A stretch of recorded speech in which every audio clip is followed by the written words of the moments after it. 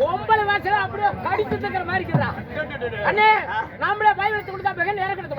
நாட்டுக்கு நாள் மகாநாடு அருமை சிறந்தது. அழகு திரு பொன்னகரம். இந்த நாட்டின் பேர் என்ன சொல்லு? அதாவது இந்த ஊருடைய பேரு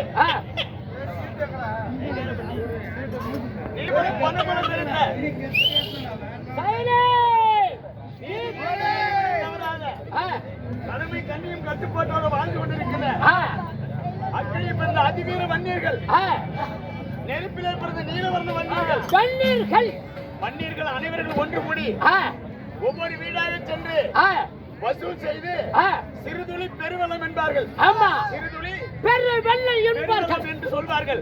அதே போல ஒவ்வொரு வீடாக சென்று வசூல் செய்து நமக்கு 29,000 ரூபாய் சம்பளம். 30,000 ரூபாய் அது காலையில சேர்த்து கொடுக்கும் போது சாப்பாடு போடுறது 6,000 சம்பாதிச்சு விடுது.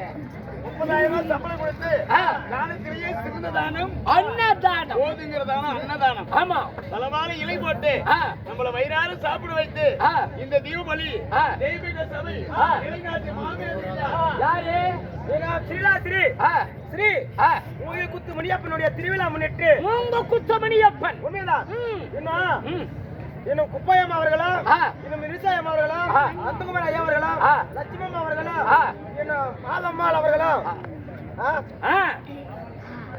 மாதம்மாள் அவர்களா, இன்னும் கோவிந்தம்மாள் அவர்களா மற்றும் ஊர் மக்கள் அனைவரும் பேர் ஒன்று சேர்ந்து இன்னும் இளங்கண்ட நாடக சபா சின்னமாதவாதியிடத்தில் கத்துலாமை கொடுத்து நம்ம நாடக குழுவினர் அழைத்து வந்து இன்று ஓரிரு நாடகம் அரங்கேற்றம் செய்திருக்கிறார்கள்.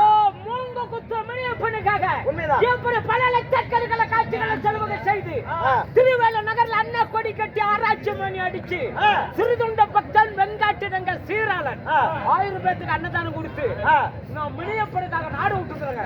என்ன நாடகம் சொல்லிவிட்டு தம்பிக்கு தெரியலையா?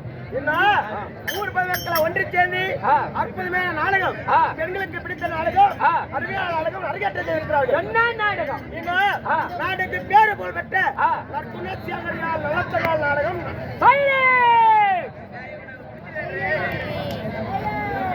நாடகம் புகழ் பெற்ற நற்குணசேகரி நல்ல தங்கா சரித்திரம் நாடகம் அரங்கேற்றம். இந்த நாடகத்தில் யார் முதல்? சபைதேவர் யார் தெரியுமா? இன்னும் நீதி நேர்மை நெறிவு தவறாமல் வாழ்ந்து வரக்கூடிய, இன்னும் காசிமான அன்னதானம் தாண்டு வரக்கூடிய காசிமலனே சபை தர்பார் அவரால் மட்டுமே சரியில்லை. உடனே வருஷம்